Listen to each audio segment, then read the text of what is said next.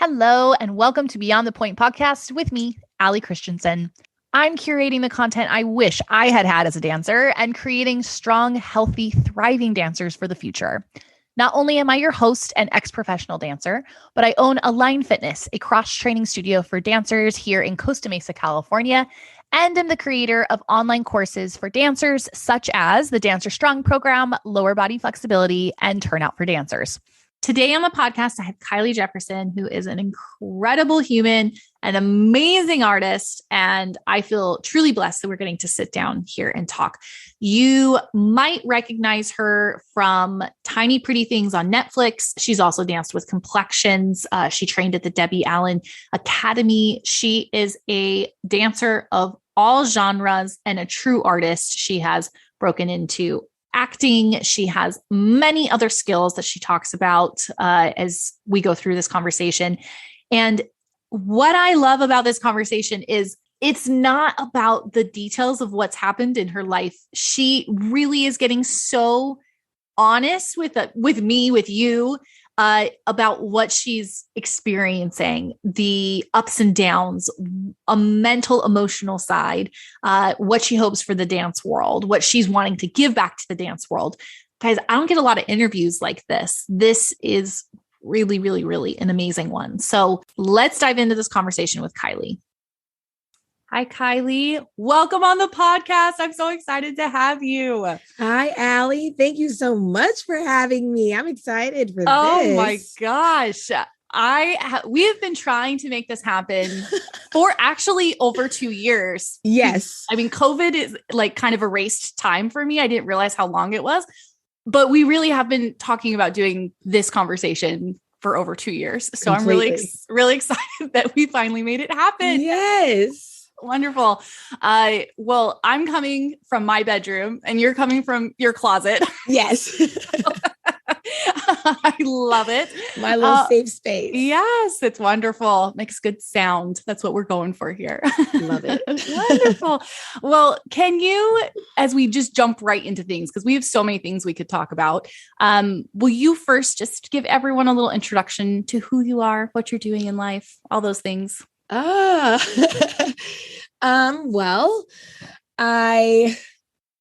it's very interesting because nowadays people will ask me, what do you do? And I just go, I'm a ballerina and I'm an actress. But at the same time, there are moments where I just want to be like, I'm Kylie Jefferson. Like, I just want to be known for being myself. But as I continue forward in everything that's surprising me on my journey, I'm realizing that the more that I can be myself, the more fun that all of this is.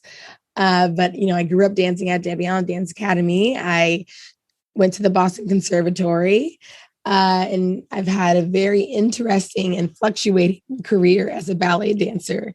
And I've kind of stumbled upon the acting accidentally on purpose, I guess we can say. I love that. And, now it's really just about more so being confidently myself and allowing that to show in everything that I do. That's my most important aspect to everything that's coming my way. Yes. We can end the podcast right there. You have done so much and you're being very modest in your explaining what you've done and where you've been. So I'll throw a few things out there, but given that we have known each other for 2+ years and I've watched you evolve in what your goals are and what you were, coming to me for, and also just your state of mind. And it's been fun and interesting to watch those chunks of time change. And then most currently, there's so much going on in your life. And I love how you said, I do these things, but I just want to be Kylie Jefferson. Like that's what I want to be known for, is me, who I am, my authentic self. Yay. And I say that because, most people know me as a ballet dancer or ballerina, air quotes. But, I did grow up training in every genre of dance. Mm-hmm. So at the same time, that's what I mean when I say I just want to be Kylie Jefferson. I want to dance how I want to dance when I want to do it, because that's that's how I keep my spirit up. Yeah. And, ballet can at sometimes be very mentally fluctuating. That's a nice way to say it. It's a nice way to say it, right? So I really do my best to make sure that I'm just as balanced as possible. And even when people, and I love it. I love that people call me a ballerina. Honestly, I didn't call myself a ballerina until everybody else started doing that. And that's probably just the ballerina in me and how we, are just so tailored to desiring perfection or the idea of. And, training in classical ballet for so long, I think has definitely developed this part of me that until I feel like I have the proper education behind it, I won't even call myself something. Mm-hmm. So even an artist, I never even referred to myself as an artist until I graduated from college. And those are like little details about myself that I hadn't even realized. Yeah. And coming into myself as an actress has been very, very interesting because, like I said, accidentally on purpose. There was a part of me that always knew I'd be here. I just didn't know how. Mm-hmm. So now we're here and the surprises are here as well. Mm-hmm. And I have to make adjustments like that. And these are adjustments within my personal life, my professional life, my athletic life, all across the board. So the best way for me to tie it all together is to just say, I just want to be Kylie in all of this. Mm-hmm. I completely agree and think it's so important that we realize, I mean, anyone listening to this, but especially as artists, two things that really stuck out. One, you said, so easy to be stuck in the ballerina side of things, and ballet can be your ultimate passion and love, and you could also have an ultimate passion and love for hip hop or tap or whatever else it is. But the ability to express yourself in another form of dance, another way, can be so freeing and unlocking to things inside of your ultimate passion, which could be ballet, could be tap, could be African, whatever it is. But you having the opportunity to train with Debbie Allen, phenomenal.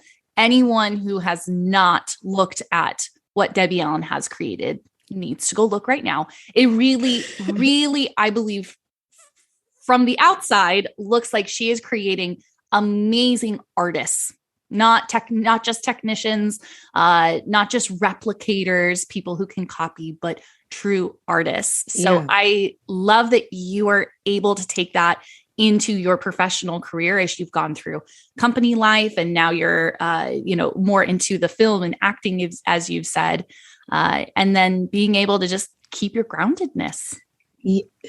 Yeah. And here's the thing. I've been observing even before my first ballet class. Like I said, I've always known I'd be here. I just did not know how. And I remember even now, like I get glimpses of myself as a child, even before my first ballet class.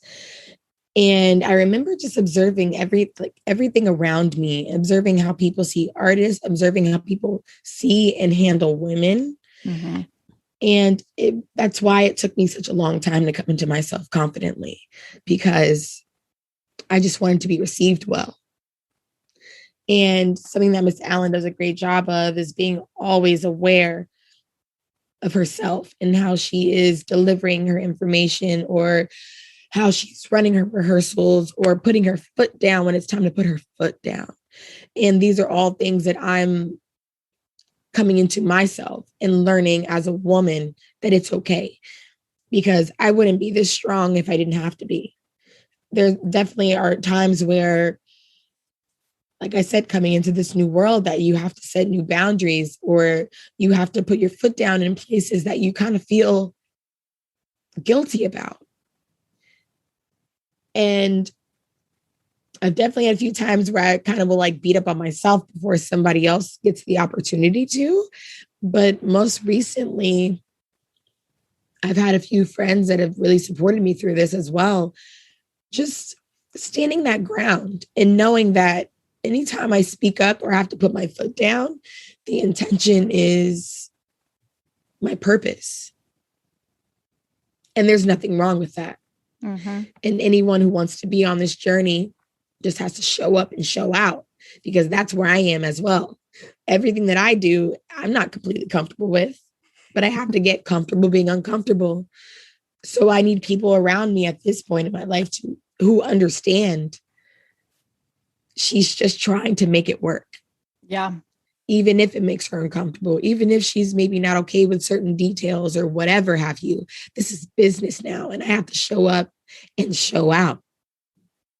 So having people that can hear me, even if the emotions are coming through before the actual words, if that makes sense, but people who can differentiate the two. It's the most important part of my life right now. But having Miss Allen as someone who has guided me and protected me is something that I can never repay her for. There are never enough thank yous, because like I said, I've been observing since I was a child how this industry works, how the world treats artists. Mm-hmm. And I just always wanted to be loved and protected. So even as I come into myself as Kylie Jefferson, as a ballerina, as an actress, I just want to do so in a light that is loved and protected. Yeah.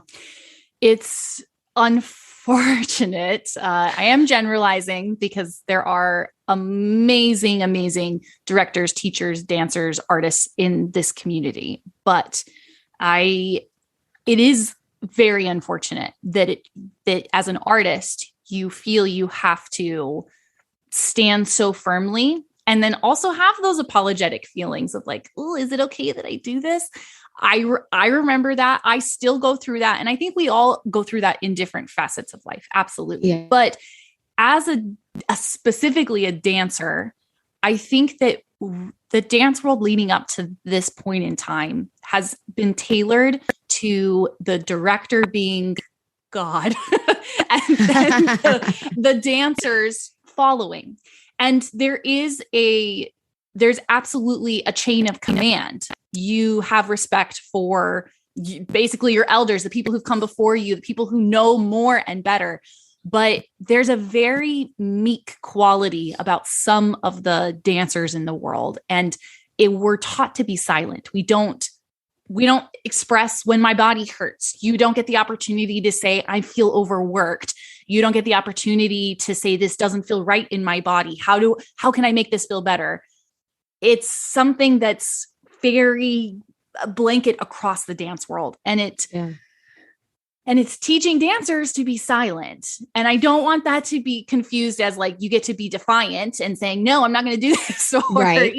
There absolutely has to be the respect. But as I've listened to you over, I don't know, the last couple months talk about what you're going through, and you saying, I'm learning how to speak up. I'm learning how to hold my ground. I'm learning how to come and hold my ground, but from love, from authenticity, not from being mean or cruel or any word that we can throw, especially on women. But just being your authentic self and saying, this is what I want to bring to the table. And to bring this to the table, you have to meet me. That's kind of what I'm hearing you say. Yes. It's so interesting that you even bring up this specific topic, because something that I learned in college, when you're having all of these demands on you, you have to make sure that you're keeping up with your grades and rehearsals. And listen, the schedule at the Boston Conservatory is not your average schedule for anyone. And it was so funny, like, especially going to college in Boston, because some of the most elite schools are in that city. So when they hear, oh, I go to the Boston Conservatory and I'm a ballerina, they kind of think I'm just a daycare all day. Yeah. Actually, honey, my schedule is harder than yours, and you wouldn't survive even if you tried. But good luck. You know what I mean? And I still have to make it look amazing. But what I really learned in college, going through injuries and stuff like that, is I have to love myself enough to respect my body and what it's telling me. As an artist, we are ruled by our emotions. As a woman, I am ruled by my emotions. And I have learned that my emotional state affects my dancing. And I'm not someone who can fake it. Mm-hmm. I can't fake my emotions. Trust me, I have preyed on my personality for a very long time. I'm like, if I have to do this, why did you make me like this? Because I am a very outspoken woman. I am someone who's always, like I said, because I wasn't always very confident in my artistic self, I always protected other artists who were confident or not being respected in that right because they did have that confidence. So I never even acknowledged myself as an artist until I graduated college. There were all those different types of aspects. But going through injuries and stuff, that's a very emotionally striking journey. But something that I promised myself was, I'm not going to stop dancing until I decide I want to stop dancing. Not when my body decides or my body can't take it anymore. And that as an athlete, as a dancer, and as an artist, I have to be able to learn, and a professional as well, all across the board, have to learn how to do what I'm getting paid for, to not overextend myself. And the most important thing, I think even basketball players, football players, anybody who really works a physically challenging job, listen, honey, you get injured, they have to replace you right away. Mm-hmm. So if you don't speak up when you need to speak up, what are you doing? You're hindering yourself in your relationship with this company or this team or this, whatever it is. But learning to speak up sooner has always been the best bet. To say, hey, don't want to cause any, craziness or commotion. This is going on. Just want to help you and myself be more aware so that it doesn't get to a point of no return. Oh my gosh, I love it. I'm going to write that down and I'm going to put it on a sticky note at my studio. You just summed up what I think every dancer should be able to say to their teacher.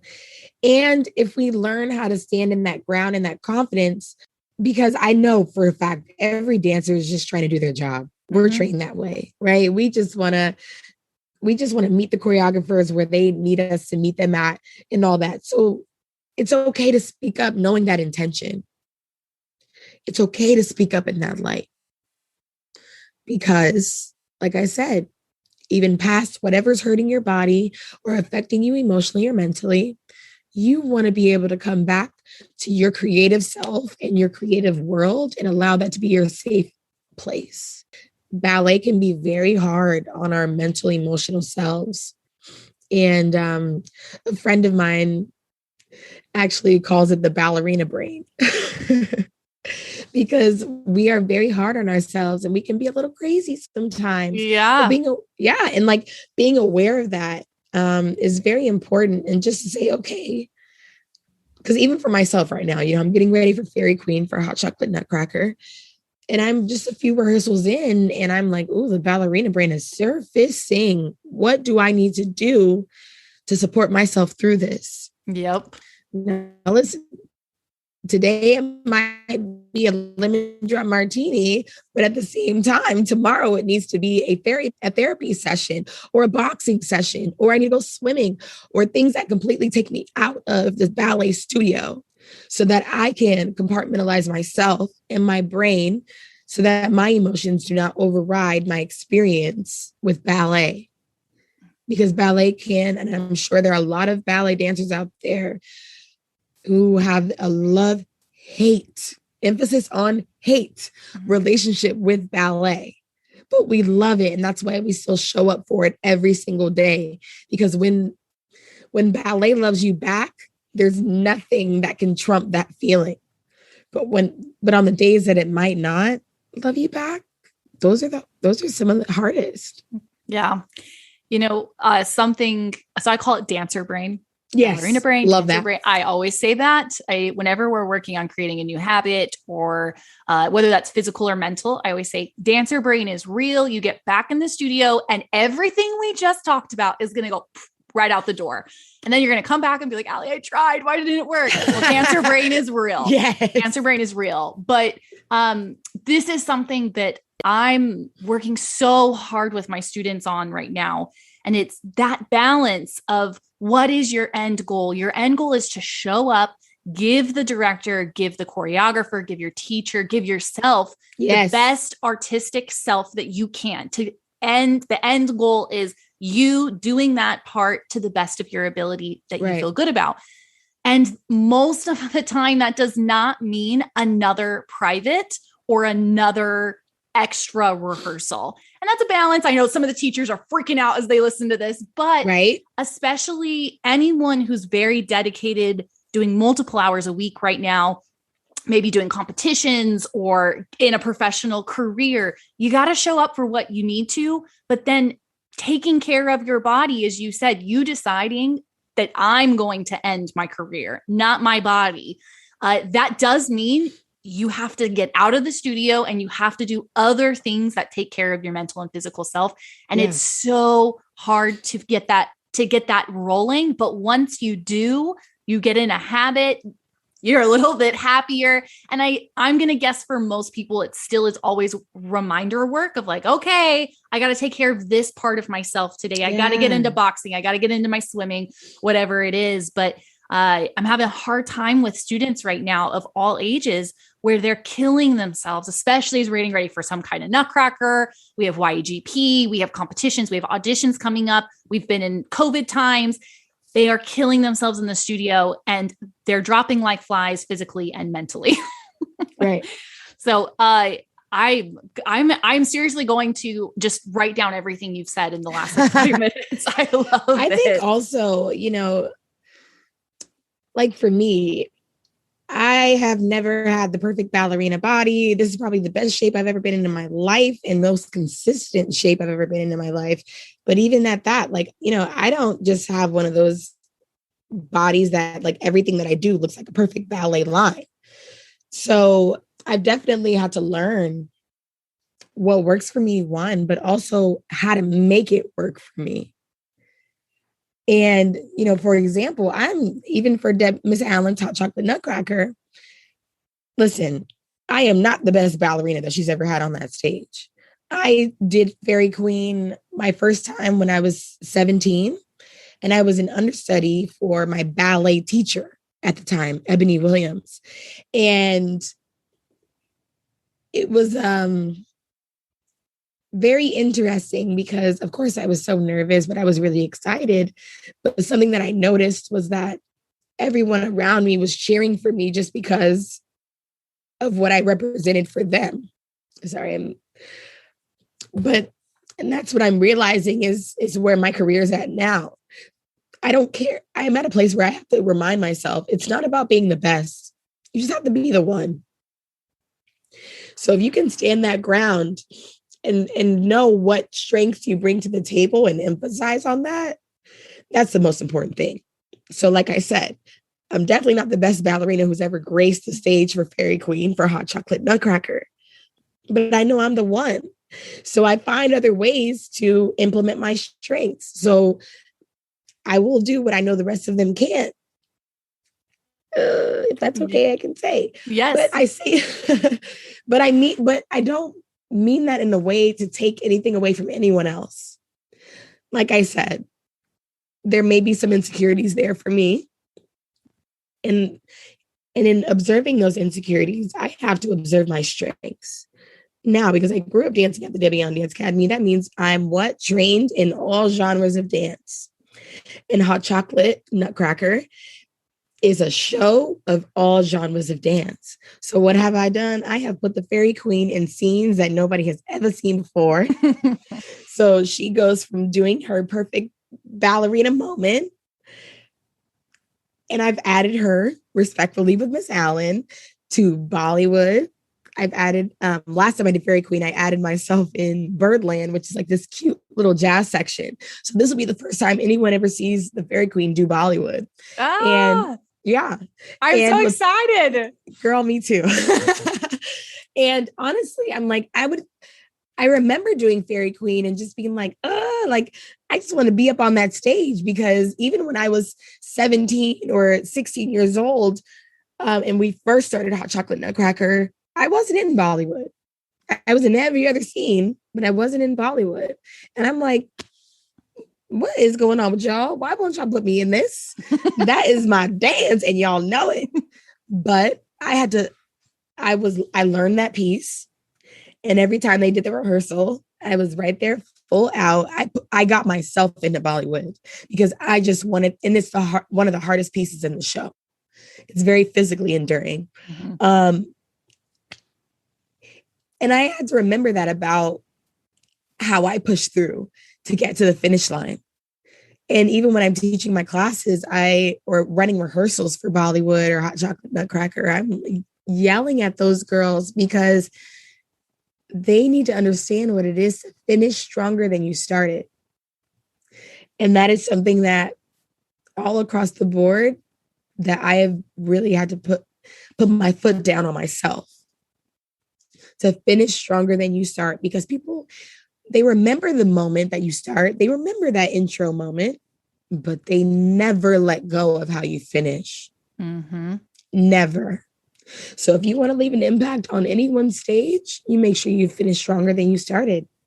Anyone's life. Exactly.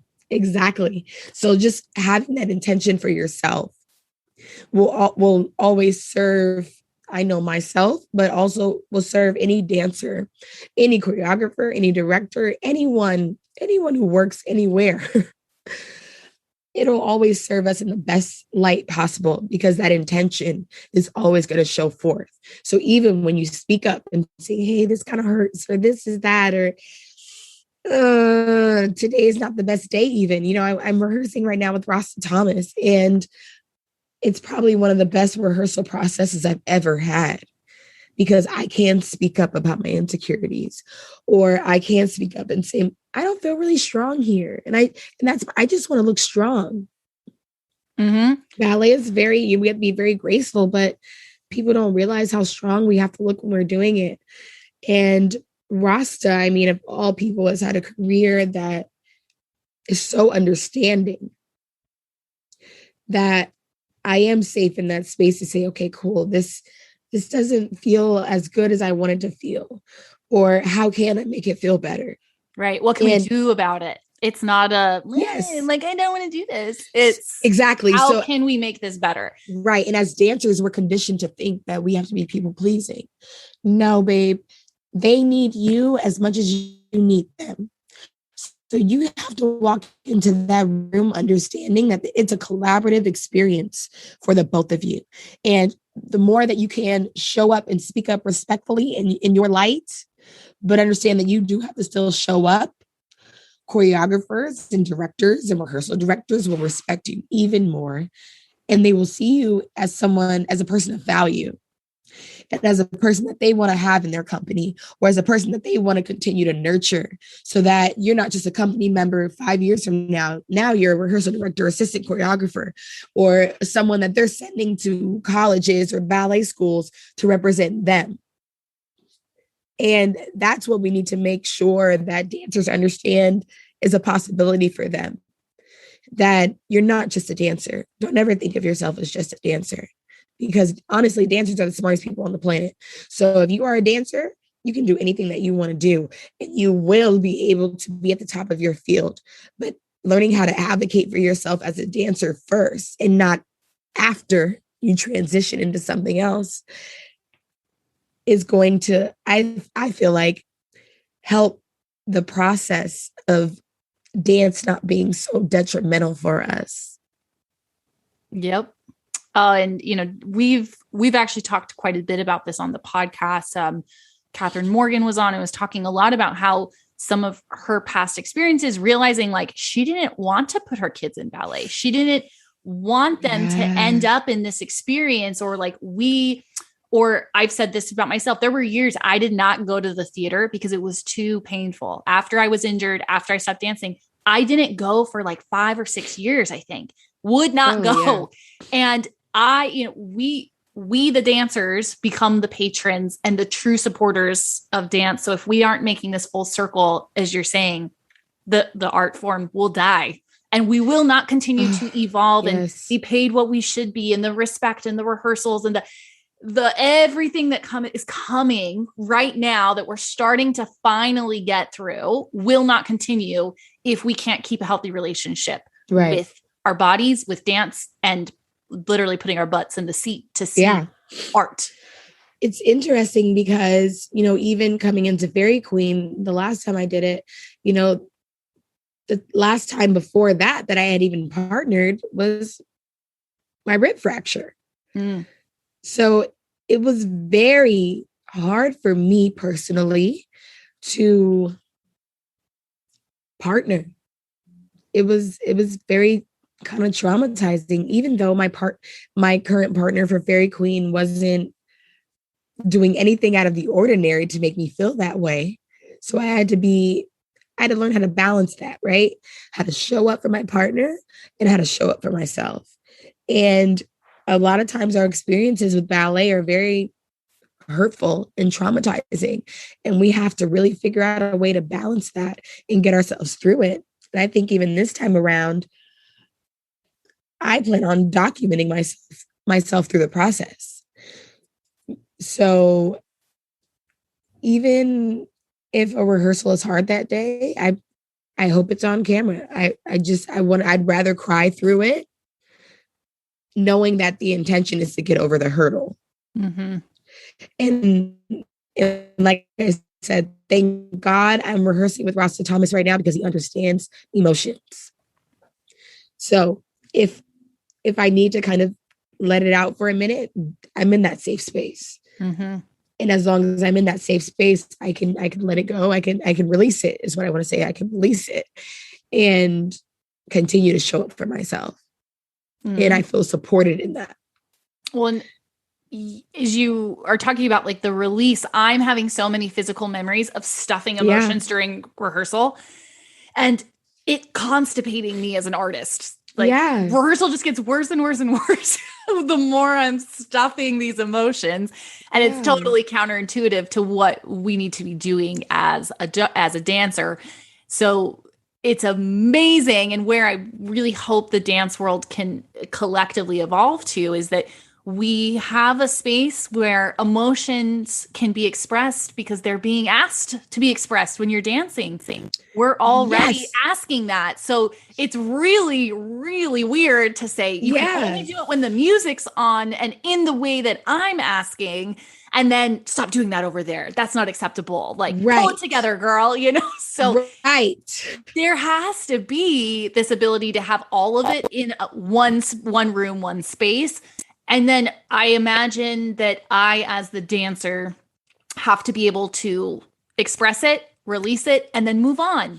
And that's a skill, as you said. I don't know if this was just you throwing out a word, but guys, there are therapists that can assist you to do this. And that is a huge part of being a pliable dancer artist, is being able to experience and then move on fully. Yeah.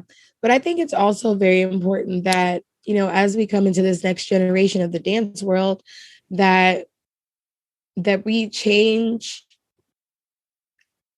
the idea of how the dance world has been. The dance world has this idea of being very cutthroat, very strict, stern, and kind of the opposite of emotional supportive.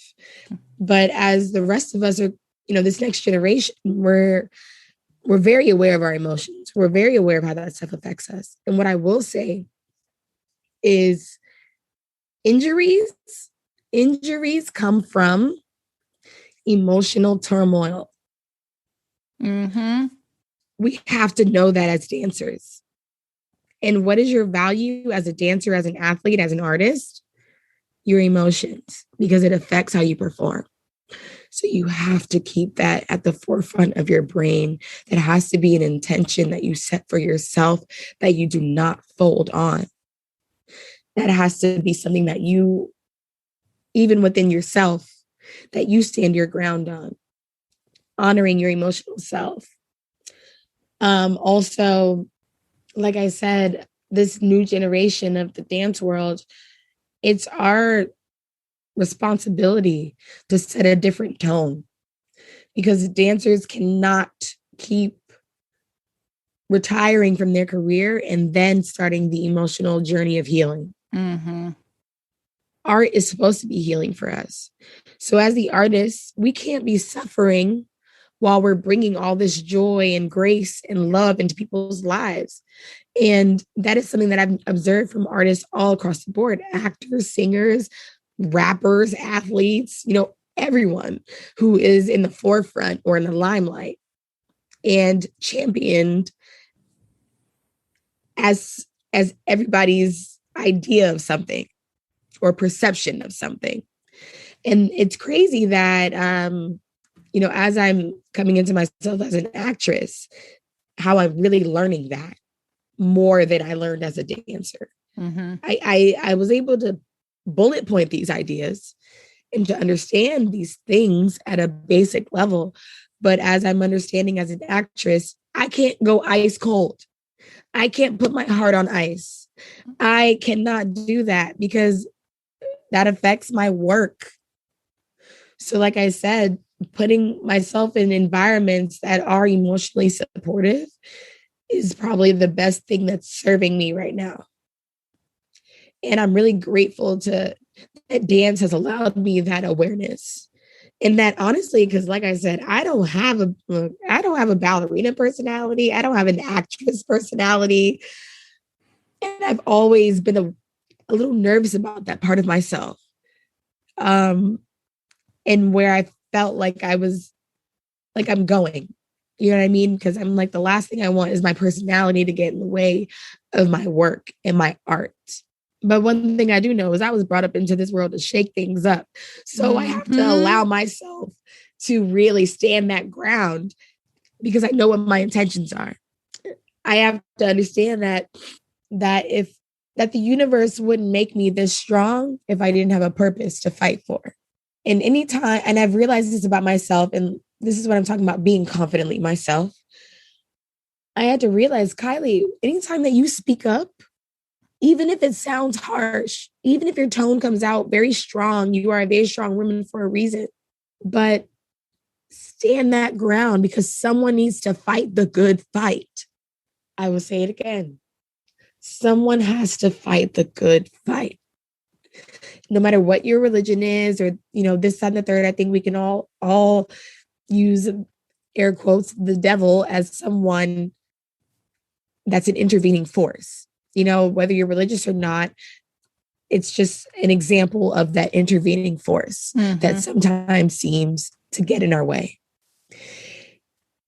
And as I have committed to this level of confidence and this level of grace, but also demeanor about myself, especially since my birthday this year, I've really just flipped the switch. But I also have to understand that I'm fighting the good fight. And sometimes being too soft isn't a part of fighting the good fight, because the devil is strong, but I have to be a stronger match, or whatever that intervening force is. It's a strong force that feels like it's going to intimidate us and make us small, but you have to be just as strong and you have to be just as confident to look whoever and whatever it is dead in the eyes and know that you are bigger than it. Yeah. I feel like is you're talking about that, opposing force, and it's absolutely 100% true. In every single person's life, there's something that is going to come and be the opposition to what is maybe the hardest thing for you.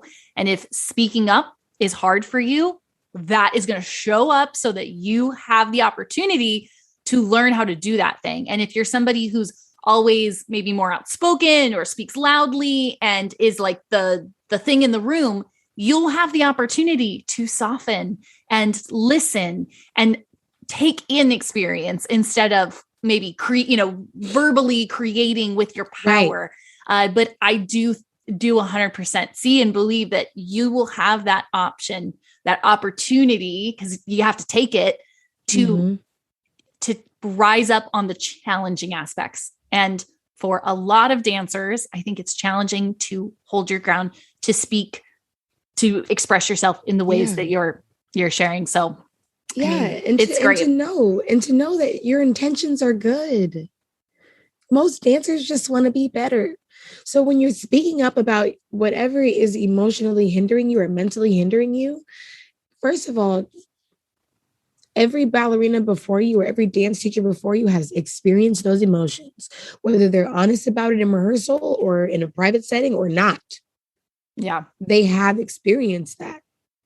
And your ability to show up for that and speak up and advocate for yourself or to ask for a little extra support is okay. Yep. And also to know when you speak up and advocate for yourself in that light and you are not receiving the support that you feel you deserve, walk away. It's okay. You can always figure it out another way. That's the thing about dance. You can dance anywhere in this world. It's a universal language that doesn't go anywhere. Mm-hmm. You can dance anywhere in this world. You just have to find your place. I love it. Words of wisdom from Kylie in her closet. You can start your new show. This is where you'll just advise the dance world. It's going to be like a confessional room. I'm telling you. I'm really working on getting that set up. It's just it's been an idea since I moved in here, and I'm like, I just come in here sometimes. I just sit down in my closet. Okay. I love it. Oh my gosh. Well, as you are stepping into a new part of life, because I imagine that you trained, like you said in the beginning, there's things I always wanted, but I didn't know how it was going to happen. And maybe even there's an if in there, because dancers, a lot of us grow up thinking there's a certain way to do it. I think recently things have started to change, and there's lots of facets in which you can be a dancer, but our generation specifically was you train hard to be in a company. Right. That is the way to be a dancer. If you're going to be a dancer, that's what you're going to do.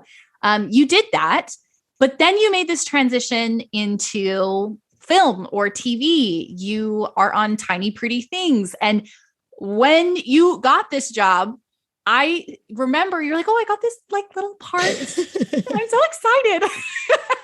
And you're like, I want to train so I can be my very best. And then you came back and you're like, yeah, I got a bigger part. And you didn't tell me. You're just like, it's like, it was a little bigger than I thought. And then it aired on Netflix and like your face is right there. And I watched the first episode and I was like, holy, like what? Listen, okay. A main character. How did this happen? So how did that happen? No, not the nitty gritty, but this transition for you. What did you do to get from company to Netflix? I mean, that is something that most dancers don't do. So how did that happen? Or even know is a possibility, right? Right. So it's a very funny story. And I really hope that everyone hearing this really just understands, like I said, that you can dance anywhere. So I was dancing in my dream ballet company. I ended up straight out of college. I didn't even get to like celebrate my graduation, really. I had to move to New York 2 weeks after graduation. I started dancing in the company before any of the new company members for that season. I even did a performance with the company before that new dance season. But upon that, we go on tour and I ended up getting a rib fracture. And this is why I say speak up, because I was doing everything that I could, but I did know that my rib was bruised. I didn't know what that felt like. I didn't have that understanding. But also, at the Boston Conservatory, we had physical therapy on site. But when you get into a company, you never know if if the companies have that or if they don't. So I'm in this new city New York is running like the speed of light, honey. So just that energy alone in the city was very intimidating for me. And I felt like I just needed to figure it out. So, to me, I'm thinking going home and icing a bruised rib, which I didn't even know was a bruised rib, because it felt like it was like the muscles underneath my rib were kind of what the issue was, not the rib itself. So like I said, I felt like icing and doing and heating and doing the dancer things that we know or stretching it out or stuff like that. I thought I was doing what I was supposed to do. And those are all the worst things for what right. actually happened to you. Right. So, like I said, learning how to speak up for myself, I had to get to a point where I realized in partnering that, oh my God, this hurts so bad. And it was making me a harder partner because I was still trying to overcompensate for my body. Mm-hmm. And we go on tour and I'm realizing it's not getting better. I don't know what's going on. I haven't had a diagnosis, but I had to speak up. I said, hey, I don't know what this is, but it hurts. My rib is hurting. I have, as a dancer and as a professional dancer, or what I think is a professional dancer, because I'm just straight out of college, doing my best, taking Advil, ibuprofen, or whatever I was doing at the time, Tylenol, whatever, icing and heating and stuff like that, or trying to stretch it out. It's not getting better. So I just had to speak up because I'm like, at this point, I have to acknowledge, I don't know what I'm doing. This life is different. Mm-hmm. And sure enough, that day I spoke up, it was the night that my rib fracture happened. And I will never forget knowing when that happened. We all heard it. I'm telling you, my company members who were not on stage or were about to come on stage heard my rib. And I remember having to run, and I had a very, very fast crossover to run right back up on stage and slide into my next section. And as a dancer, I thought I could push through it. But every time my back was facing the audience, I could not hide it on my face. Oh my gosh. And as a dancer, I think we all know what that means. So I make it through one more section. And like I said, every time my back was facing the audience, I had to release the pain. And I made it through that last section. But as soon as I ran off stage, I collapsed. The moment that the audience couldn't see me anymore, I collapsed. My body collapsed, my spirit collapsed, my mental collapsed. I was in tears. I had never broken down like that before. But the most amazing part of that was watching my company members show up for me. I'm telling you, they reorchestrated that ballet in a matter of 30 seconds. And it brings tears to my eyes even now because I never knew that type of emotional support was there as a dancer. And it was one of the most traumatizing experiences for me, but it was also one of the most beautiful. And I think that's what ballet is. It's traumatizing, but it's so beautiful. Beautifully. And that's why we keep coming back. There's no feeling that can surpass that. It's the bond that can be formed between dancer company members, studio little pockets, right, can be so strong. It can also be extremely catty. But oh yeah. But I even think back to like my studio days, before I was 18, and some of those people are still in my life and the strongest bonds I have. And it was because of dance. That was not just like the age that we're in or that time of life. And people I met when I was dancing in Israel, there are people that are still there that I would cry my eyeballs out, and I hate crying. So, but there is a bond that is unbreakable when you find those people in your artistic life. And that can be a dancer, that could be someone else, another support system. You've talked a lot about that in this last hour, but so sorry that you had to experience that, but it's a part. It's a part of it. It's a part of the contract that we sign when we sign up for our first ballet class. Yes, it is. And everything that you've already said ties into this moment right here. And you've brought it up, before, but everything that you are doing now and have been working on is coming from this moment of like, this was not working. And that was, upon the rib fracture, it definitely took me a good 7-8 months to heal. Mm-hmm. And that gave me a good 7-8 months to kind of figure out how to redirect myself. Mm-hmm. I did not return to the company because I did not like New York. Mm-hmm. I never felt safe there.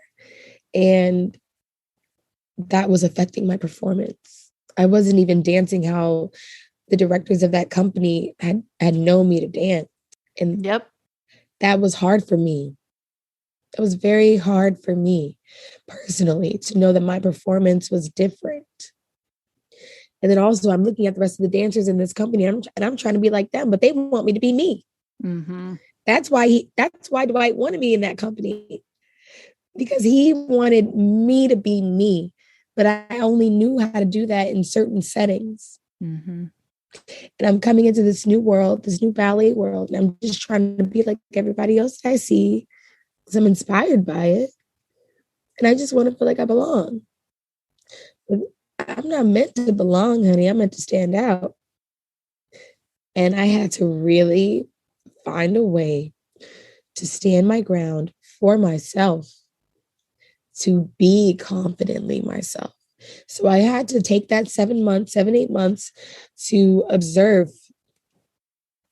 my strengths and how I can make those work for me. Mm-hmm. And rule number 1 was my body. I was thick Kylie at that time. There was a whole lot of booty, okay? A whole lot of booty and a whole lot of thighs. Let me tell you, oh wow. And that was something I didn't want to apologize for anymore. When I was dancing in that company, I was so stressed that my body was not losing the weight. It was honestly doing the opposite. I wasn't at home eating Twinkies, but my body and my emotional state was really showing. Mm-hmm.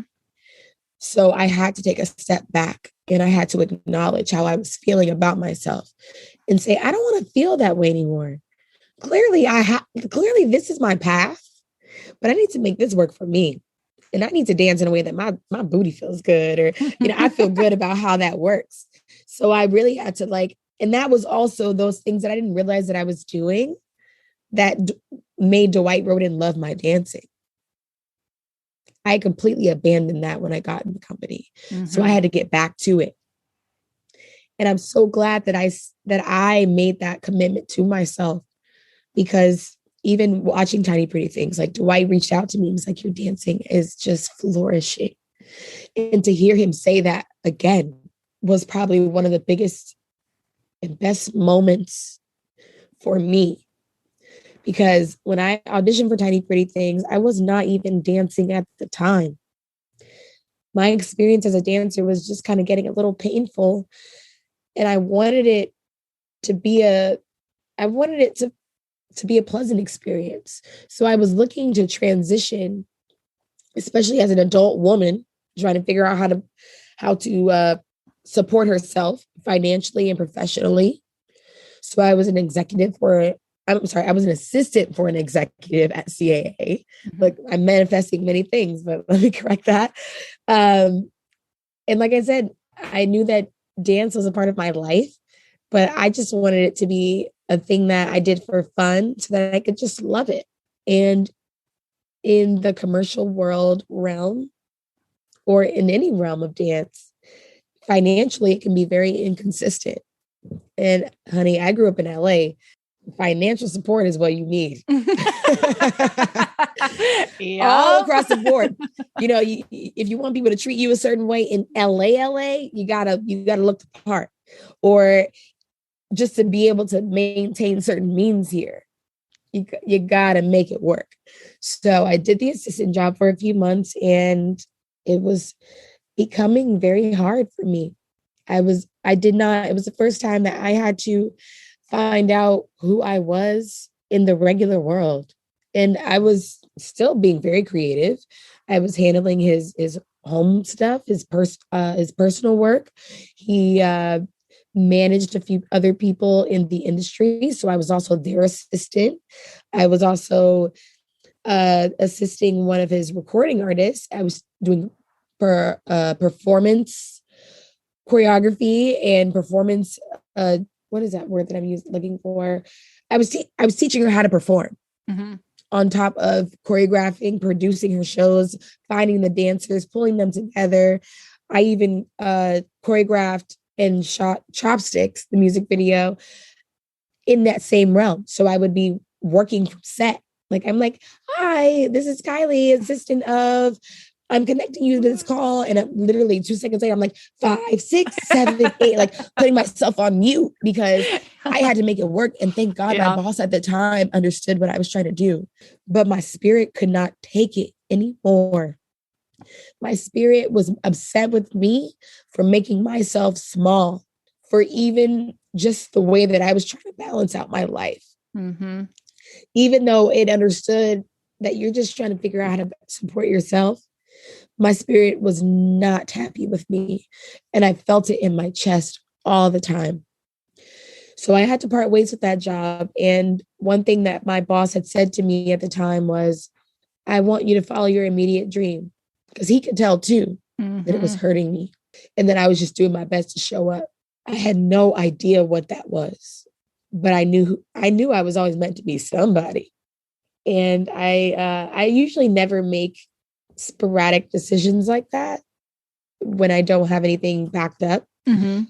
So when I tell you I was freaking out, but I was like, everything's gonna be okay. Like I felt like a crazy person, like I was delusional almost. And I think maybe a week after parting from that job, or maybe even before I parted from that job, I got the first email about Tiny Pretty Things, and I ignored it.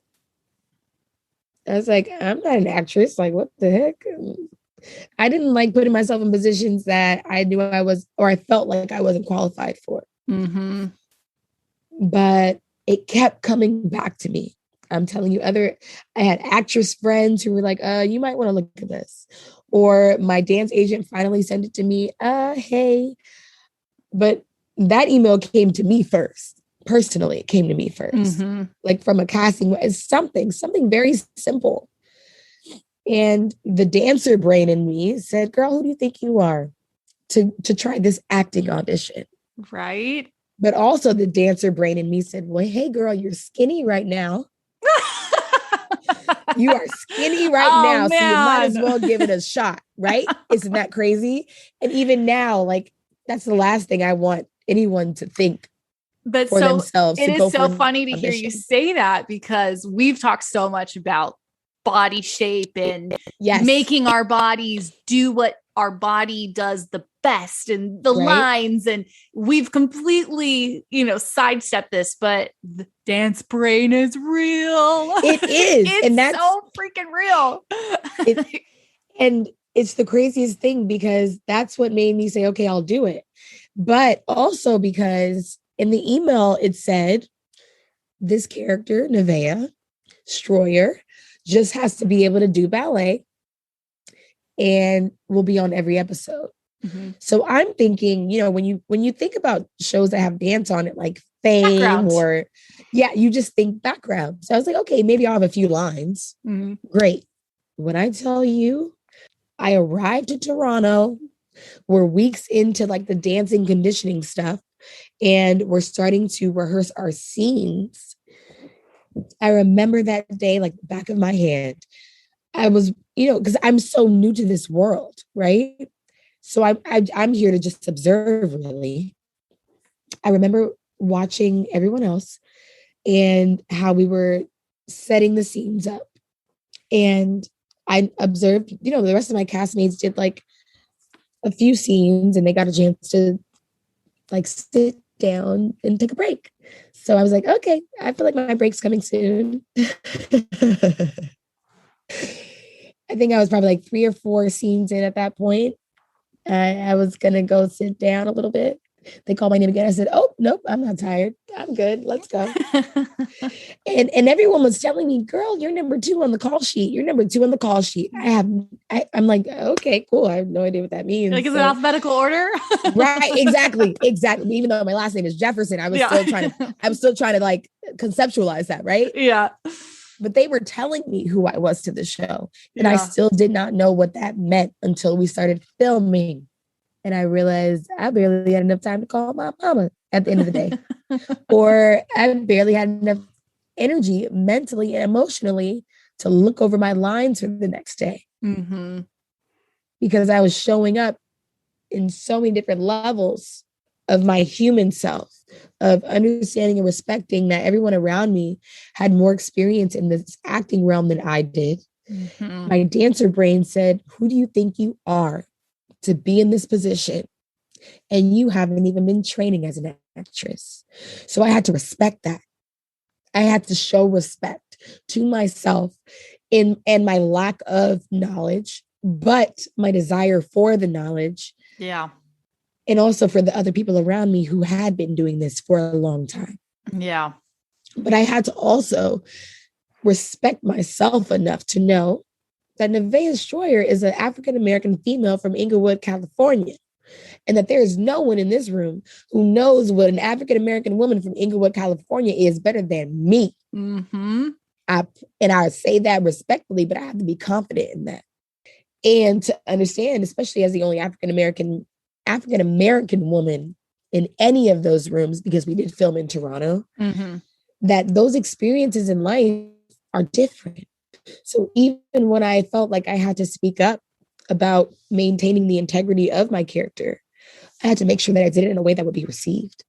And I'm so grateful for the executive producers and our showrunner of the show that when I did speak up, they heard me or helped me learn how to speak up in a way that would be received. Yes.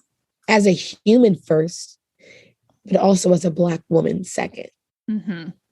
And I am so grateful that I got that opportunity to be seen in that light, because I could have lost my job. Anybody who would have tried to advocate in that way could have lost their job. So I'm glad that I was around people that saw me as a human first and someone that wanted to learn and that wanted to show up for it.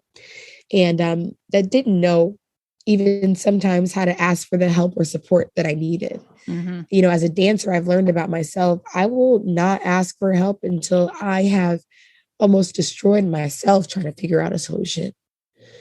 And now, because I have all this stuff on my plate where I'm balancing the dancer who is not just one genre of dance, the athlete, the artist, the actress, who cannot put her emotions on ice just to get through life. Mm-hmm. But understanding that I can't keep trying to do it on my own. It took all of that stuff being on my plate for me to acknowledge that and to love myself to that point, to speak up or to call someone when I'm a little stressed out and I'm not okay, and not to wait to the moment that I am so frustrated, exhausted, and hurt to speak up, because then people don't understand. People don't understand how you got to that point. Yeah. Even if they are there for you, they still cannot understand why you are breaking down unless they are a part of that emotional journey with you.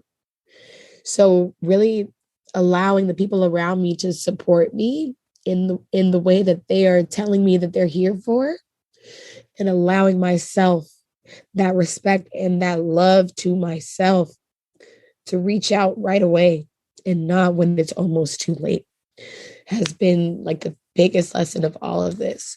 So yeah, like I said, I stumbled upon Tiny Pretty Things accidentally on purpose. Mm-hmm. But it's definitely changed my life.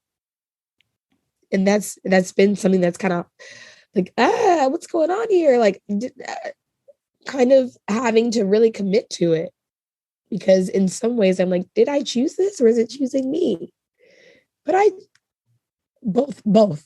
I chose it and it chose me. Yeah. I've known since I was a child, even before my first ballet class, that I would be this woman. I didn't know how, but life has really unfolded itself to me.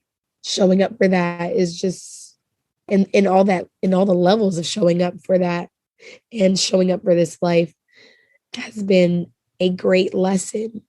And, I'm a huge advocate of you got to show up for your lessons to receive your blessings. Mm-hmm. But woo, baby, can I tell you that when you get these blessings, the lessons are harder because the blessings get bigger.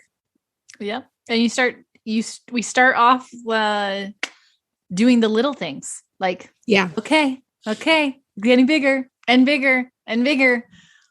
But that doesn't mean that things have to get scarier and scarier. I think when you have collected the knowledge, the experience, and you do know, okay, I'm going to put the work in. I'm going to put myself in the uncomfortable position. I'm going to do the work. I know that the good will come from this. And something I've always heard you say is, I have a goal, but I don't know how it's going to happen. And I really love that. And those are kind of my words, but this is what I hear from you. And I really like that idea. And I think that sometimes we get horse blinders on when we're looking at our life or how things are going to happen. And you're only seeing the possibility right in front of you. And if you had not taken off those horse blinders, Dancer Brain self would have said, hell no, girl, you can't do this.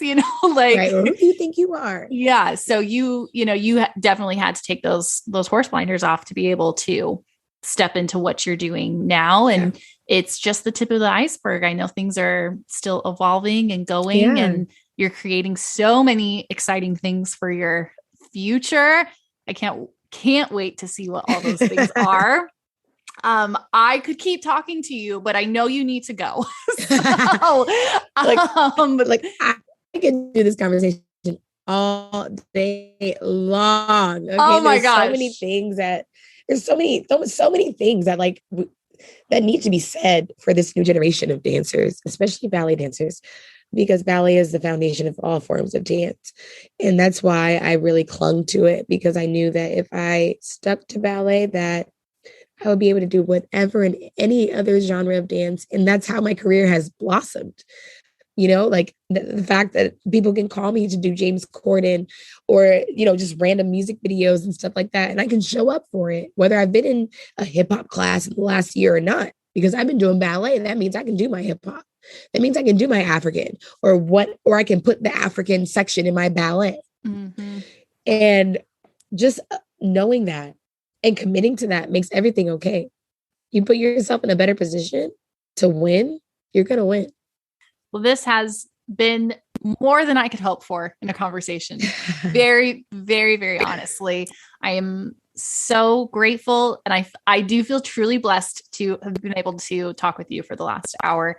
And everything that you've said has been just right on point for where the dance world is at.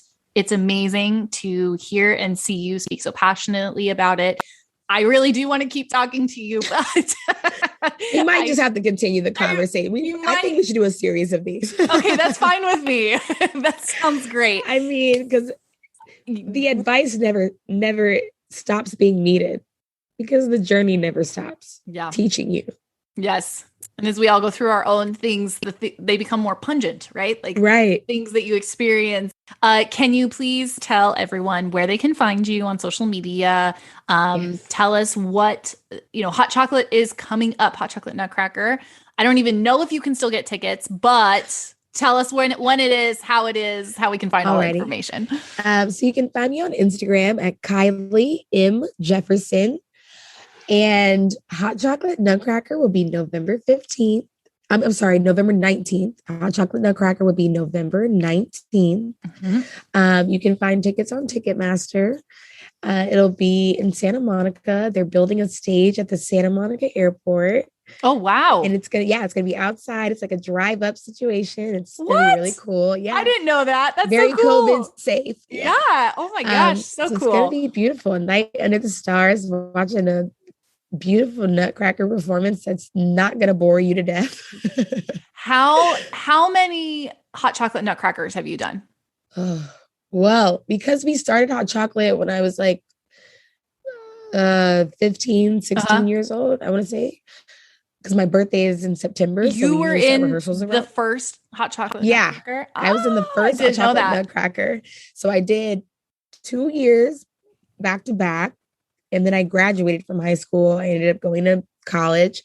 And what's funny is I think every year since then, Miss Allen has reached out to me to do Fairy Queen. And the third year, I wasn't able to make it back in time because of finals and stuff like that. But she was like, don't you worry about it. Handle your finals and, blah, blah, blah. And anytime I've been available since then, I'm like, yeah, I'll do Fairy Queen.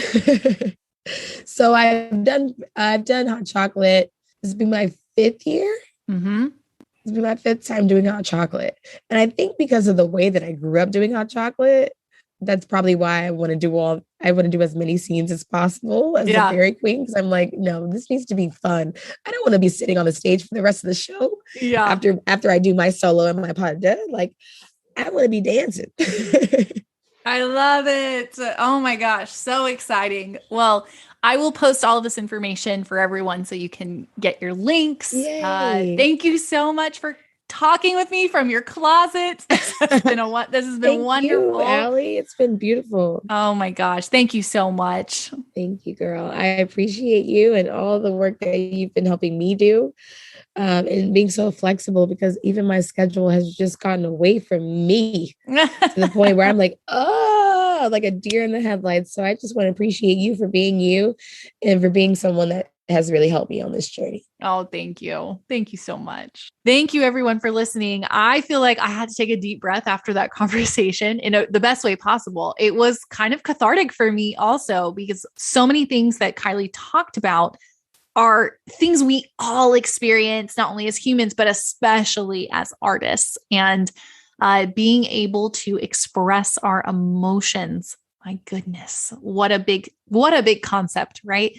I am really excited for what Kylie has happening in the future, what she is bringing to and back to the dance world. Not that she's out of it, but what she's bringing back from her experience and sharing. So definitely go follow her, keep her in your sights, and hopefully we can have her back and continue our conversation, because I know that there are other things that we wanted to talk about, but time restraints. And I don't know if you guys want to sit here for hours at a time, so we'll break it up.